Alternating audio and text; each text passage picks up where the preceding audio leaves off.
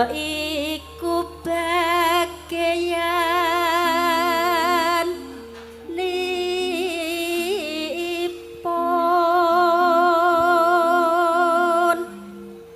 wong melek sabarna rimo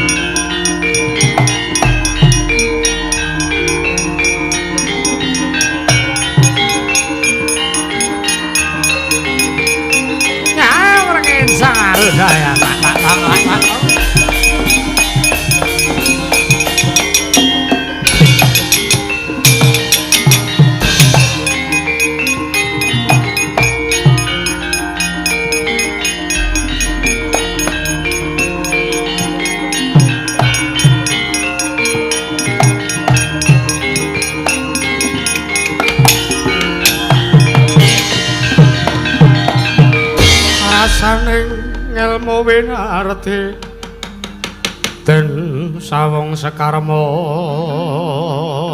copat mastawa sarasane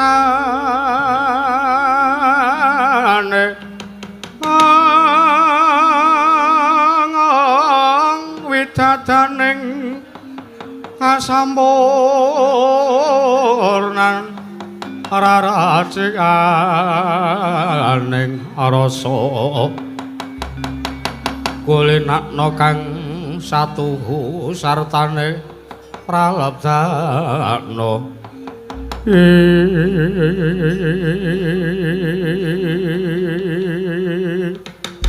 Astungkara sidam sikaring bawana langgeng Kakang Narada Kakang Resi Kaneka Putra awurgen samarudayang mak pong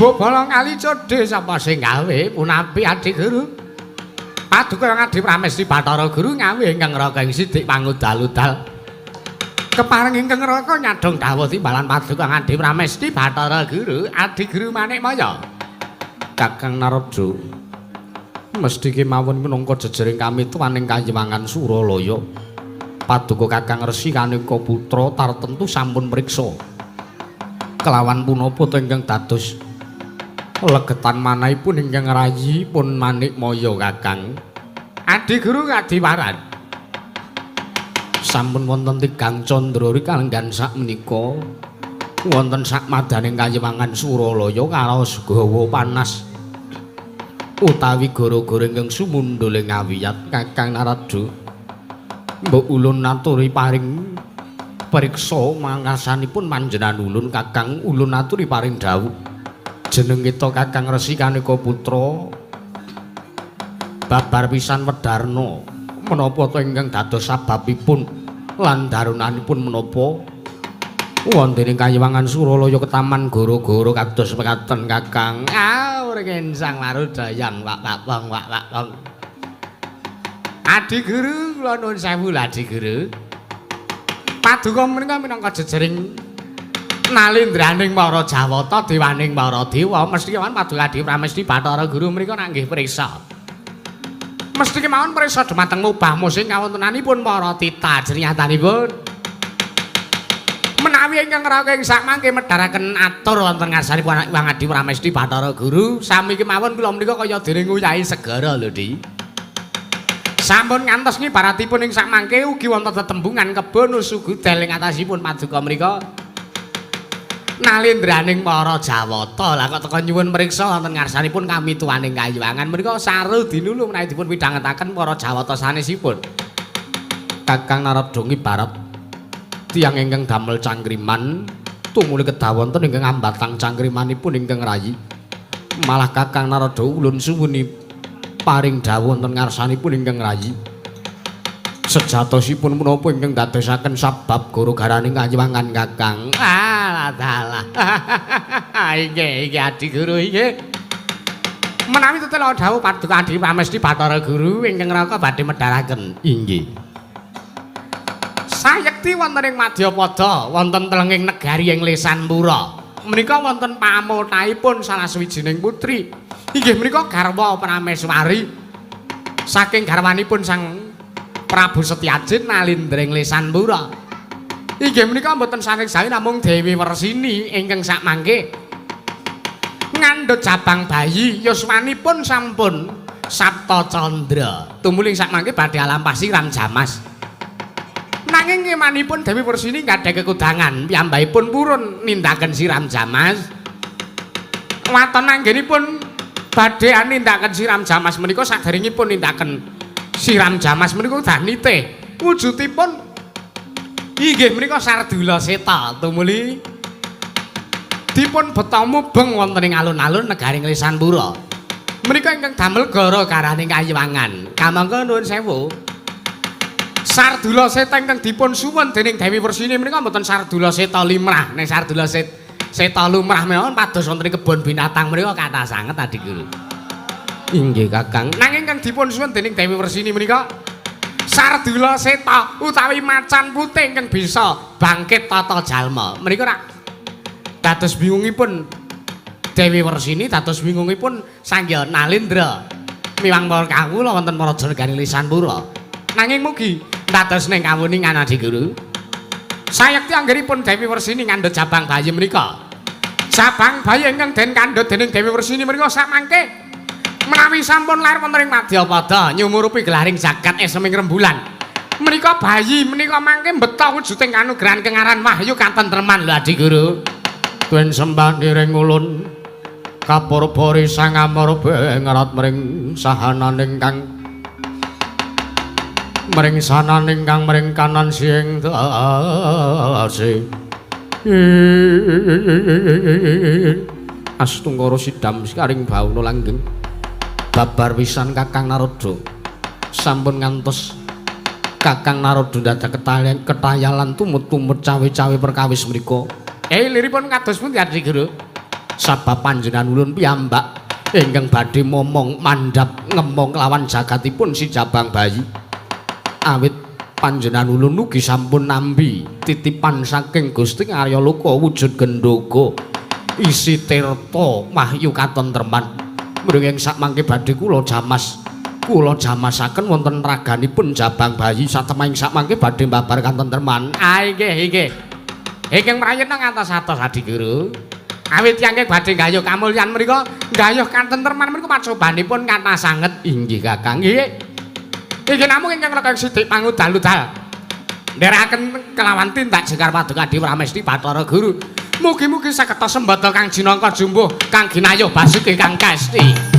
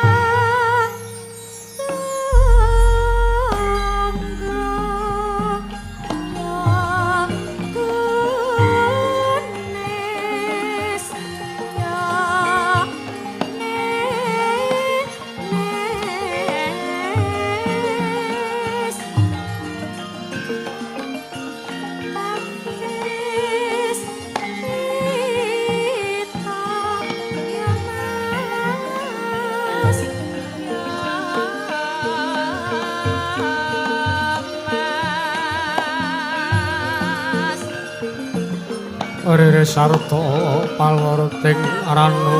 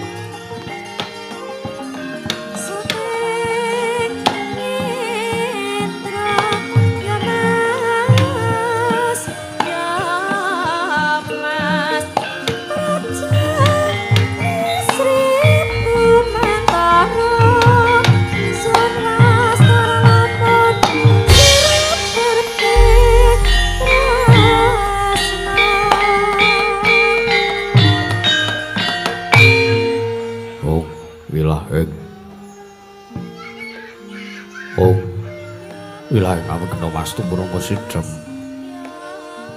Om Awigena Mastu Purama Sidhem silat mringwang jagat karana sirang tandha kawisisaning bisana.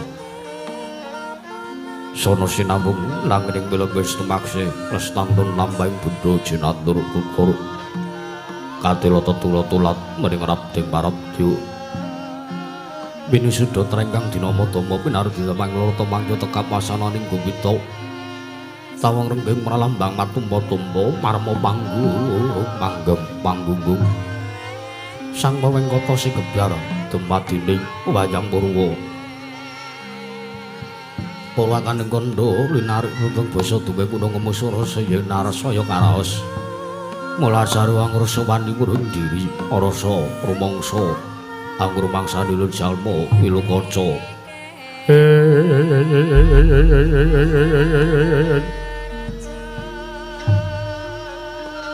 Jarwe usul nakuk cang carita lebet wis kagelar jroning pageliran. Ya Gusti Jati amriksani pagelaran inggih Purwa, Surya, Candra, Daru, Yewang Kartika wis kinurba kodrating kawasa. Sahari ratri angidri bawana perwatening doksina gilur kemandi. Temat dadi petanganing dina sasi warsi windu kang sarta abad. Todhong lantang kartu mangkar toya sinirambun toya Jawa pating krembyah dadi padhang kutu-kutu walang katungga kurana yang burana dadi branan tanpa wicalan. Padang Karawanges sinari sang Hyang Renanging sumur bawani jagat mungguing jagat wetan duk munggup-munggup mungguing kalingan mukir abang merkangkap. Lamun gagsayan dilan-dilata bumi. Saya dangu sumurup sang Hyang Arka katos blakanan kiring abang ismu jenar. Kabur bawan sinari sang Hyang Basanta tanem tukaton ijo royo-royo amangku gundhuk ingkang biru moyo-moyo. Pucing gunung kinemelan kendanu kasiling marabancana lenggat lenggun nganti kaya gunung Mangkuda Mega. Tanpa tawis dangu soleh kawula dasi. Dina larsa angupaya buka garap begal sawahe.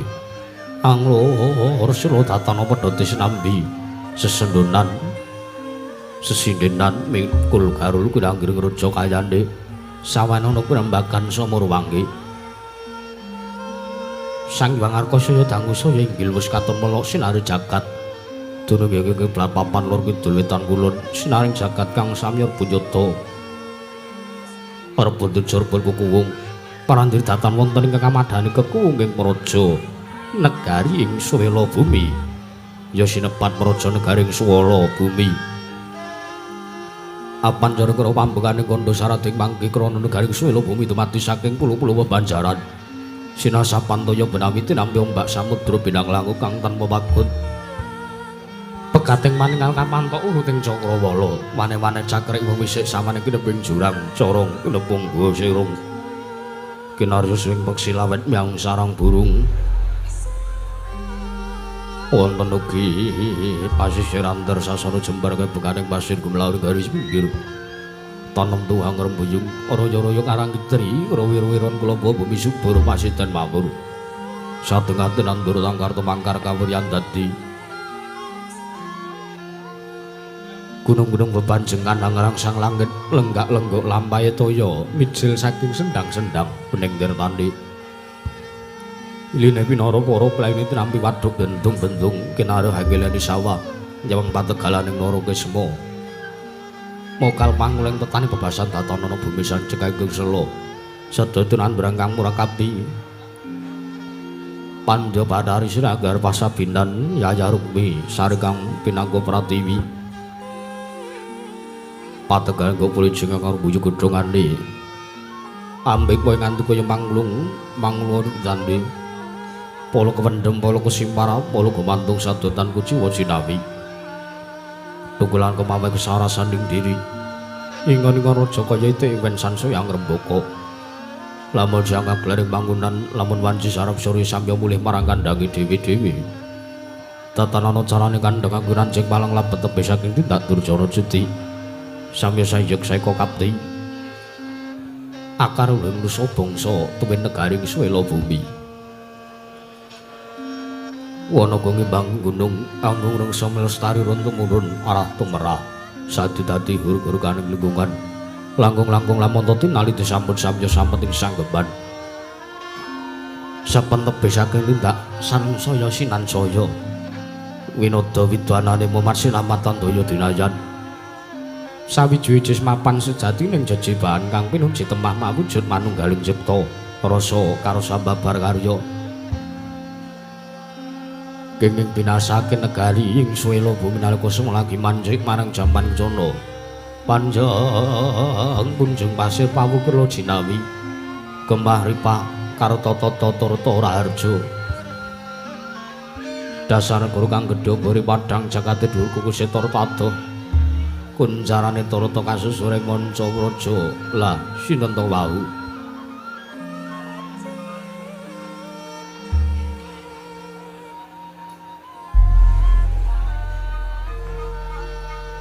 anangge wujud Nalindra Yaksa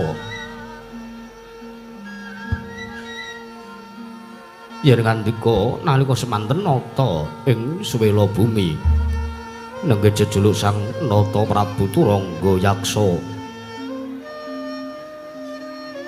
nalika semanten anyarengi dinten Respati wancine Tabunawa Sang Yaksendra kala Yaksa ya Sang Prabu Turangga Yaksa kepareng miyos siniwaka wonten samadane kedaton lenggah dampar sinasatya semek babut permadani Prabu Turangga Yaksa ya Prabu kala Yaksa tuhu Yaksendra sekti mandraguna tantedas tapak maluning mandhe sisane grinda tanapi tedan kikir goro sembada ronggah-ronggah lir prabata siwi netra mencorong kaya srengenge kembar tutuk menga kaya lawange guwa grana mungal kaya canthik ing palwa waja ngrangah kaya rajek trisula jatha modot kaya pedhang linigan alis ketel ambita mati idep nyerodok kaya wuluning landhak arawis brengos tepung gelang rikma gimbal den modal madul nganti kaya gunung kemul mendung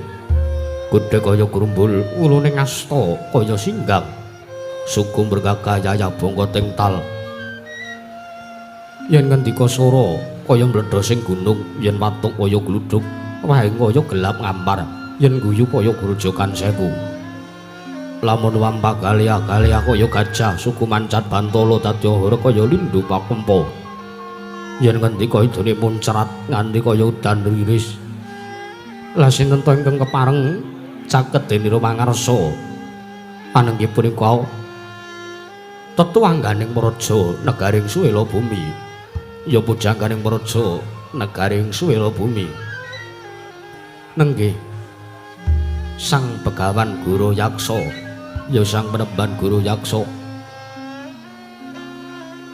mung pandhita wasis waskita ing esti ugi apaesyasa nalika semanten den dadosaken tinanggulanging praja negari ing swala bumi jagat denir mangarsa nenggih pepatih ya wrangka nata dalem negari ing swala bumi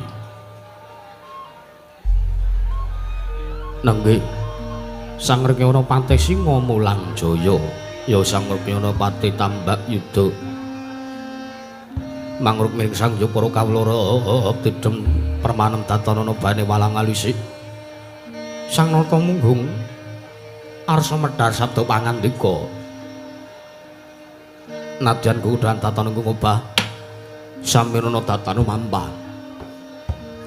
kabar sumung swaraning mradungga mbang-bangling maranggana Sikrawurwani pangandikan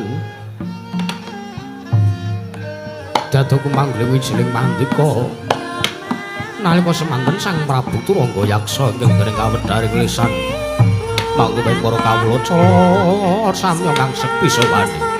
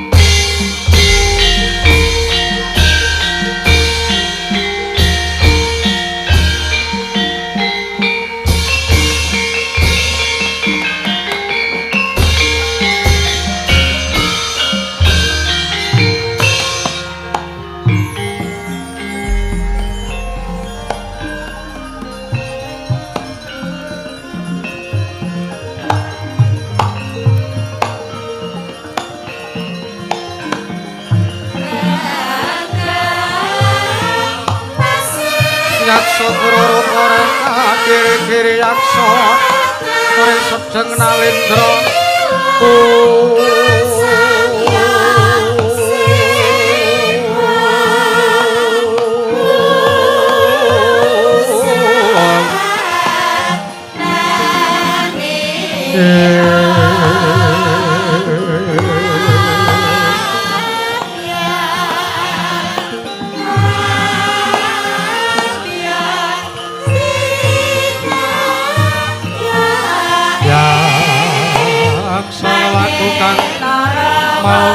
ingkang gambira marangan angis sesio amata prabawa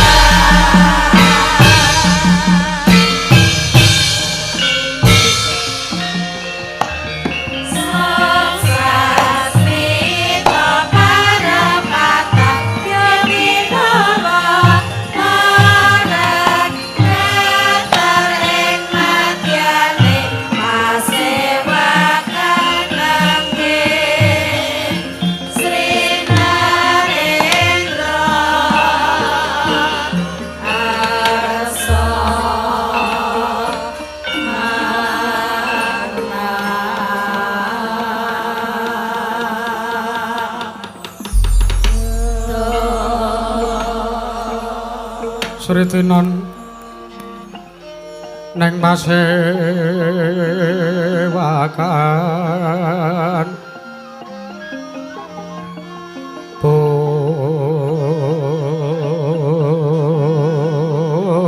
busana maneka warna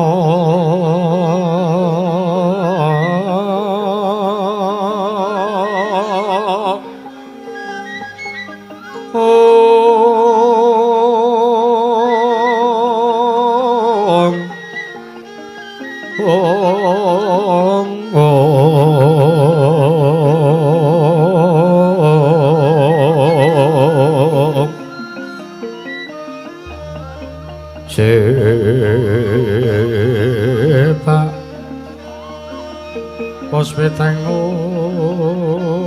Udyana Myang Manjra Sarwa Rukma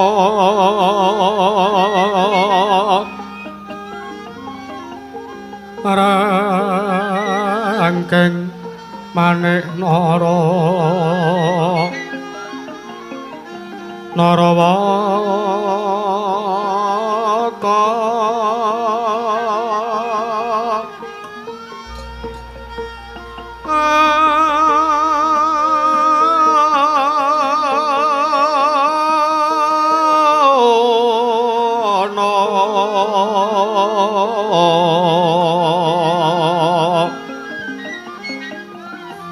Obra prabanya kang sumirat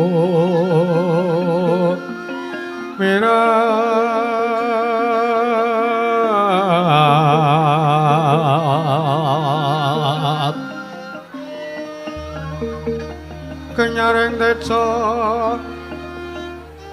laliwaran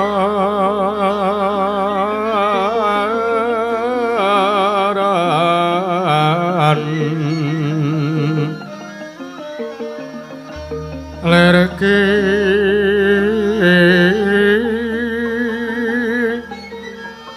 alat sisiring dadet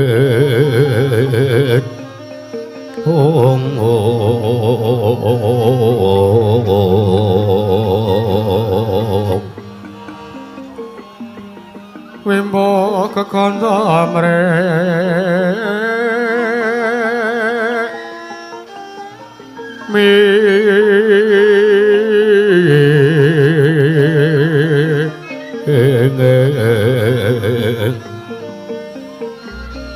ka lumeng marata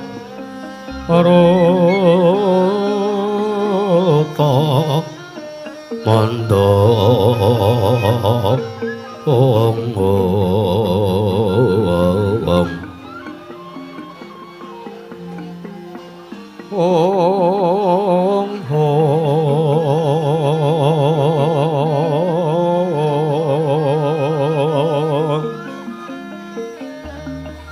saparan mangambar pongas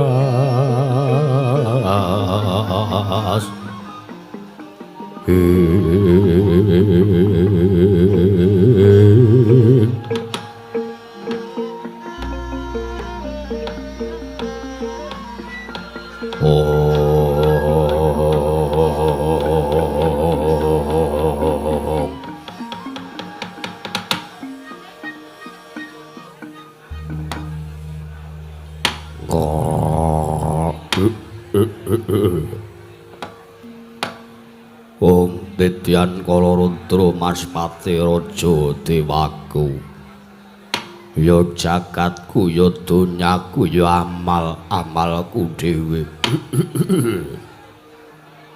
ora mangkota dhisik pate Singa Mulang Jaya ayo ndadekake kaget bakanira sipate Singa Mulang Jaya sira ndak piji ana ngarsaning mandira Pate Singa Mulang Jaya nunuk ring Dewaji semban kula patuh Sang Dewaji amiji piswanipun ingkang abdi kepatihan sinuwun ing jawi sanget kuatosing manah Pindaron Salomba pinanjering alun-alun kumitra caruk maras nangsan kula wonten ngarsa paduka tebih saking raos kemarasan Dewaji semban kula pengayoman kula wonten ing Madyapada Prating Delahan sinuwun Prabu Turangga Yaksa sinuwun Prabu Turangga Geni yo katiparan kowe kuwi tak percaya dadi batal wakiling Sun Pate Marata Dyagi kahanan tata rakiting kaprajan negara ing Suwala Bumi Marata Dyagi aturna kelawan panjenenganing Sun samendhang aja kanthi kengkarempin Pati Singa Mulang Jaya menawi padukan dangu batata rakiting kaprajan Dewaji tartemtu sadotan badhe nguji wani para kawula samya sayog seka kaptya karuhing nusa bangsa tuwin negari ing Suwala Bumi mandhapipun dumateng sangya para prajurit ingkang boten kendhat anggenya tansah gladhen ulah kridaning kaprang sawanci-wanci paja paduka tempuh marang muka tartemtu boten badhe anggepok kunca paduka ingkang abdi kepatihan remuk kasawarna putung sewangga kabandhemna kaunuk-unuk niki yo Pati Singa Mulang Jaya ora liwat prayogakna kang dadi sowanmu kawula nuwun sampun boten kirang prayogi piswanipun ingkang abdi kepatihan sinuwun nun mangke bapa penemban sawising sun miji kelawan rawe bapa penemban Guru Yaksa bapa penemban aku ngaturake pambagya harja kunjuk ana ngarsane bapa penemban Guru Yaksa bapa penemban Astungara sidam saring bawana langgeng iya kawula nuwun kira anak Prabu paduka anak Prabu Turangga Yaksa miji dhumateng wiswanipun ingkang Bapa pun Guru Yaksa nggih pambagya raja sampun ingkang bapa tampi karya bombong dasmanahipun ingkang bapa boten langkung kula ngaturaken mudya pangastawanipun ingkang bapa mugi kunjuk nggih bapa penemban iya wis tak tampa gawe lega-legawaning atine Prabu Turangga Yaksa bapa penemban ora liwat prayogakna anggon paduka bapa penemban Guru Yaksa lenggah rawuh ana ing Rajanegara Suwala Bumi bapa penemban nakna ninggi Angger Prabu Turangga Geni Angger Prabu Kuladara Geni anggenipun meja kelawan maraptanipun ingkang bapa sampun boten kirang prayogi nggih.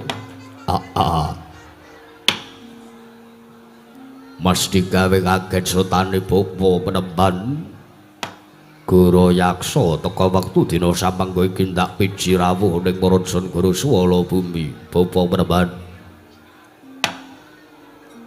marga akeh kewajiban kang bakal tak aturake sartane wektu dina iki kaya-kaya wis ora kuat ngempet kegimbulaning rasaku. Mula keparengno aku arep medhar sabda pangandika manem Brahma wigatining pasewakan Bapa Penemban. Apa kira-kira Bapa Penemban Guru Yaksa saguh midhanget kang dadi aturku? Nuwun sewu anak Prabu. Ingkang Bapa menika ingkang sampun minangka sampun dipun dadosaken jagat tuwak wonten Paraja negaring Swela Bumi kula ingkang den sepuhaken tartentu kula sagah nampi pangandika paduka anak Prabu Turangga Geni. Pramila gandeng ingkang bapa sampun prapta wonten mriki. Kula suwuni dawuh wigatosipun menapa ngawontenaken pasewakan ingkang beneh kelawan adat ingkang sampun nggih anak Prabu Turangga Yaksa. Anak Prabu Kuladara Geni. Ong leng-leng ramyang ingkang driya liriwang candra kasawangan sumu ing daskato retan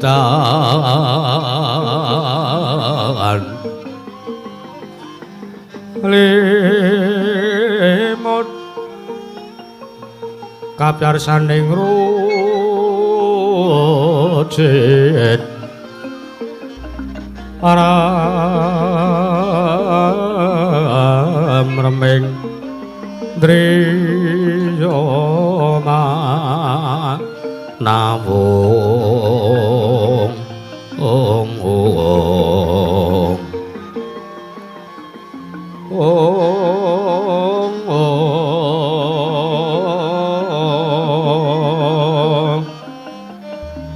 kakawa ing Hyang Wisesa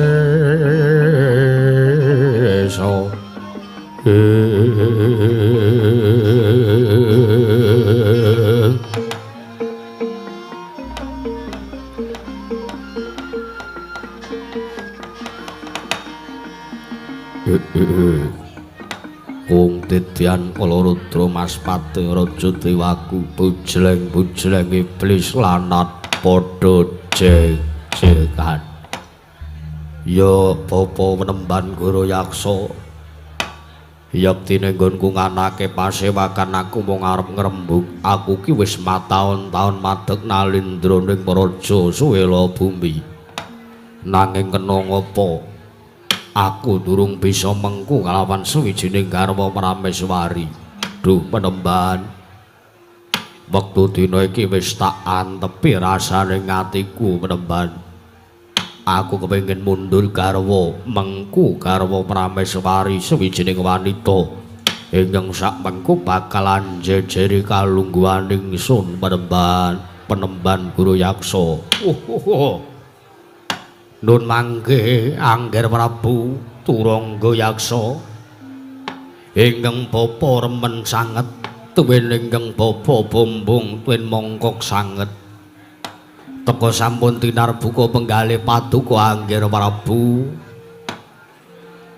badhe mengku sawijining wanita minangka garwa Prameswari. Awit kula nyuwun sewu nun mangapunten nggih Nalindra menika menawi sampun mengku sawijining garwa Prameswari berkahipun menika badhe lumeber dumateng sangyaning para kawula. Pramila saking menika Blaka Suta raos ing manahipun kang bapa nyarujuki tuwin kula nayogyaning ingkang dados kekayuhan paduka Angger Prabu Turangga Yaksa. Syukur nggih. Malah ingkang bapa bilih dipun keparengaken mangertos kula badhe mundhut mriksa sinten ta wanita ingkang duka saged ngrubahaken bebeteng jiwa kanalindran paduka nggih. Penemban Seksenono yektine ora ana wanita saklumahing bumi sakroping langit ana ing donya iki ingkang ketuga bisa gawe tentrem atine Prabu Turangga Yaksa kejaba mung garwa Prameswari saka negara ing Lesanpura ya kuwi Dewi Wersini garwane Prabu Setyajin Penemban sinten Dewi Wersini garwa Prameswari Nalindra Lesanpura Prabu Setyajin Penemban Pandhita kang kinarya wangsit pindha kombang pindha kombang ngajaping tawang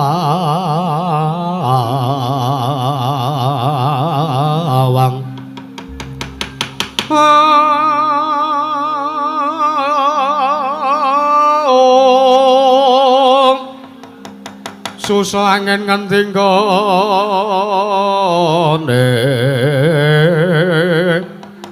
nyang kaleng kanggung baksi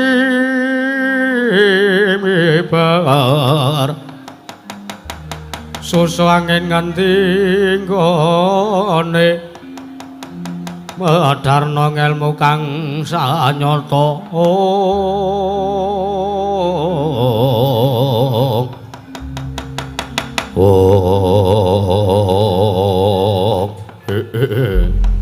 Astungara sidam sekaring bawana langgeng ger nuwun sewu sampun ngantos sing sak mangke paduka angger Prabu Turangga Yaksa ngrusak pagrayu lire piye Penemban nuwun sewu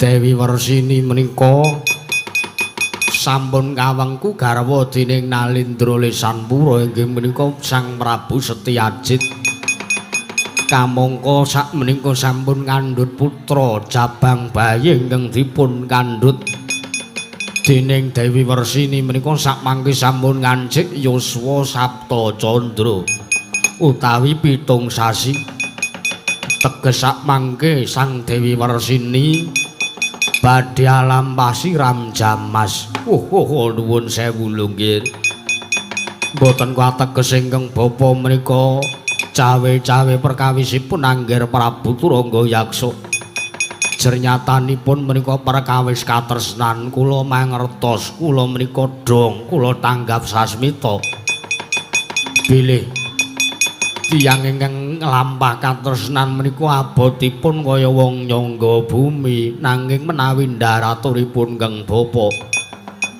sak mangkanggen paduka nggadahi gegayuhan kepengin mengku garwa kelan Dewi Wersini mbok kula aturi supados murungaken kemawon kula aturi supados murungaken kemawon nggih mundhak mengke malah kedarang-darang lampahipun angger Prabu Turangga Yaksa awit sepisan paduka menika sampun nyalahi pernataning jagat awit Yaksa menika kedah nggadahi garwa raseksi menungso menika kedah nggadahi garwa ugi menungso nanging paduka menika sampun nyalahi pepes tening kodrat langkung-langkung Dewi Wersini menika garwanipun tiyang sanes sampun winengku ing liyan nanging banget nggonku tresna kawan Dewi Wersini Penemban merga jroning pasumpenan pendak-pendak bengi aku mung ngimpi diladeni dening Dewi Wersini payo pendak-pendak Dewi Wersini ngladeni kelawan panjeraning sun wah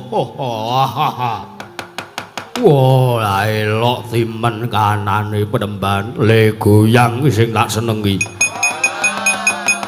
mula kang saka kuwi taun ana windanana ora bakal pati ndawurungake yen to urung kelakon apa sing tak gayo lah nuwun sewu paduka menika sampun kewanen piye bapa ning atasipun sampun garwanipun tiyang sanes teka paduka ngeyel nekat kepengin gayo lho piye to sampeyan kuwi aku ki wong lanang gagah-gagahe mulya-mulyane wong lanang ki nek wis iso ngrusui bojone wong liya Mula kang saka kuwi tak mesthekake Patih Singa Mulang Jaya wonten dawuh sinuwun. Marata diake maju aku arep paring dawuh pangandikan kelawan jeneng Sirawati. Ngestaken dawuh nyuwun pamit madal wasilan sinuwun.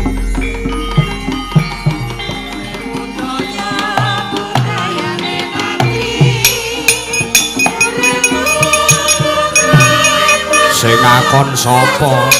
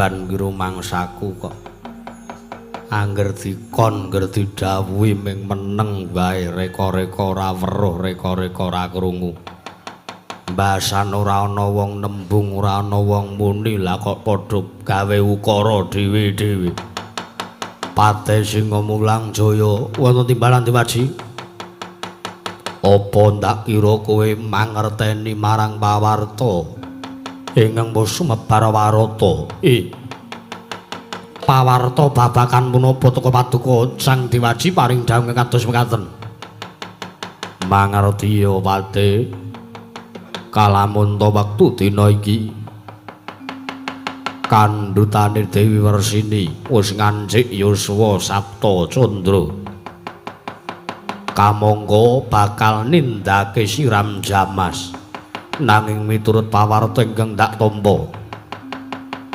Dewi Wersini kersa nindakake siram jamas waton dheweke nitih wujuding Sardula Seta ingkang bangkit tata jalma teges Dewi Wersini duweni pepanggil rupa Patih aku percaya karo kowe iki wong digdaya kowe iki wong sekti mahambara mesti kasekten guna kasantikan apa wae ndak kira kowe duwe kepareng paduka Sang Dewaji kepiye seranane mbuh sakarepmu Dewi Wersini kudu prapta kudu mbok larapake ana ing negara Swala Bumi Patih Jumangkah anggra sesumbar awalindo bumi konsing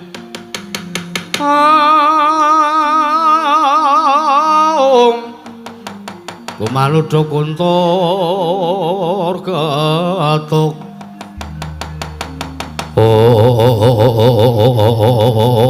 ola jagat pangestu karo ayab lur jagat sinuwun menapa kula kinten kula stani paduka mitados karing ngabdi kepatihan yo lahir batin kowe tak percaya minangka dadi pinta serayaning Prabu Turangga Yaksa sawana ning negara Lisanpura kepiye carane golek wujuding Sardula Seta ingkang bangkit tata jalma tumuli Dewi Wersini cidranen gawanen ning praja negara ing Swala Bumi mangkiriyin piye Patih kula kinten boten sesaged ayalan mados wonten pundi dunungipun Sardula Seta lire piye iya wit kula piyambak ingkang dados wujuding Sardula Seta lho kowe arep dadi wujude macan putih ingkang bangkit tata jalma iya sinuwun pramila kula aturi mas paosaken kridhanipun ingkang abdi kepatihan sak mangke menawi ngantos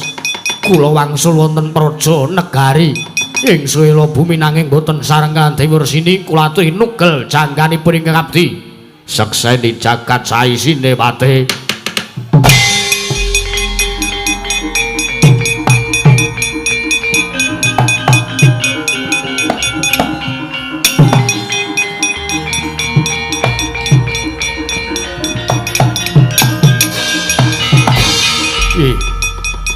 Aturipun ingkang abdi mboten badhe kula mboten badhe nglencati marang janji kula.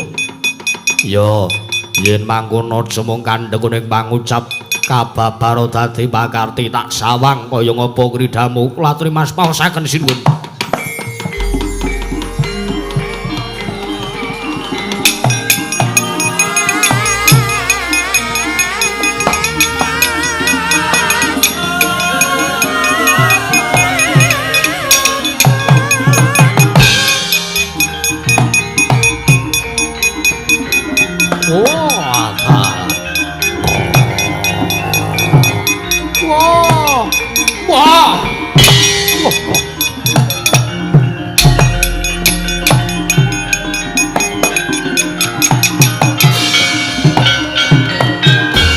Pandhata katewe saya Indriyak sasara maruta mawana bana margana samirana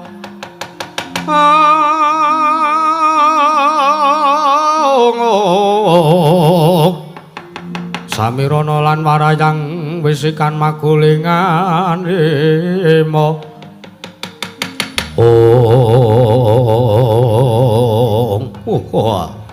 ora ngira aku duwe nayaka sing iso dadi kewan kaya mangkene. Iye. Samangke kula sampun wujud Sardula Seta ingkang bangkit tata jalma. Ya. Wah, kok malah apik iso sulapan barang. Dadi sak liyane macan apa iso saged kula saged dados bebek. Dados kirik kula nggih saged. Oh, aja mung kokean gunem sing tanpa guna. Pate wonten timbalan. Ndak keparangake kowe ngirit wadya bala segelar sepapan.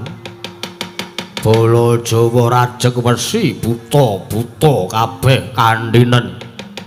Supayane nderekke kelawan sak laku jantra munggon mutu-muju ning Maraja Negara Lisanpura. Disekseni jagat saisine gunemu sing kaya mangkono mau. Janji kowe bali ning negara Swela Bumi ora nggawa Dewi Wersini. Oh, tugel janggamu apajang ning alun-alun. Ragamu dikembul kawula sak negara Swela Bumi. Aturipun ingkang abdi mboten badhe ngoncat saking menapa ingkang sampun kula janjaken sinuwun. Malah kula pamit madal wasilan. Sak mangke kula badhe mboyong Dewi Wersini. Menawi sampun kaleksanan kula kedah nampi bebana saking paduka Sang Sinuwun. Yo, wah jan cah kok ndremis. Nyambut gawe urung wis njaluk bebana wis kana ndang mangkat. Nyuwun pamit madal wasilan. Hati-hati aja kaya bocah cilik pate.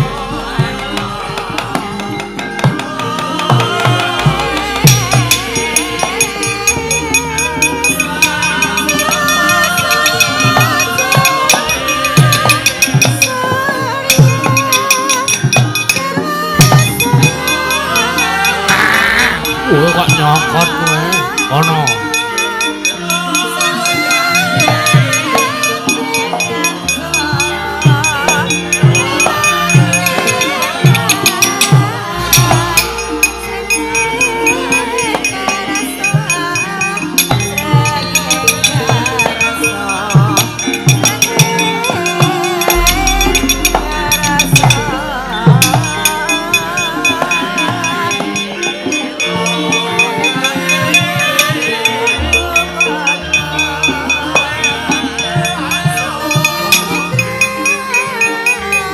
yang ngeling alang cara kerwantan kontar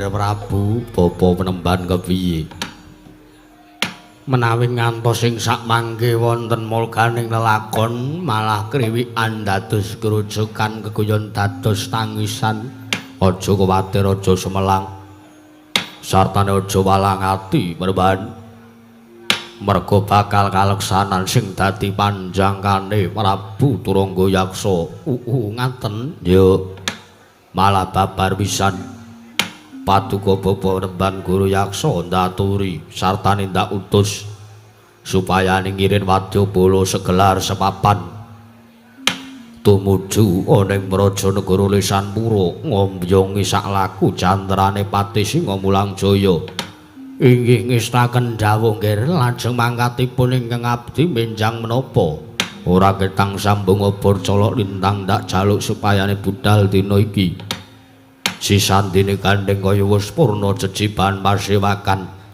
penemban bubarna kang padha sibo ingsun kondur kedaton nonon ngestaken dawuh nyun pamit madal pasilan sinuwun sing ati-ati aja kaya bocah cilik ndapalang puja-puji sandirayu sak laku tindak jantramu Bapa Remban Guru Yaksa kaya wis ora ana dawuh maneh purna katining pananggilan Arsa sang nata kundurang kedaton jeluk saking dampar kusana kinabet gambar gading kadharaken sang yaning meromban jadi manggung ketanggung Jaka paloro-loro ingkang samya ngambil upacaraning keprabon kawis tinggal saking mandura tindak nyosang Sri Naranata lamun Cinandra ubayane datan balenjani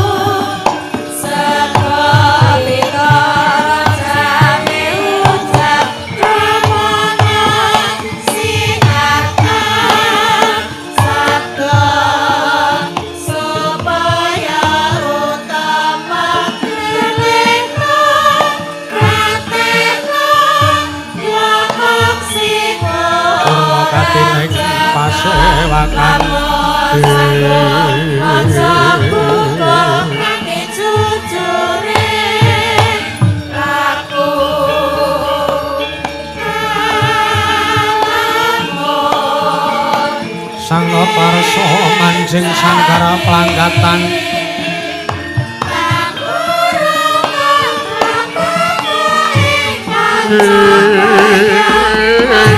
Hey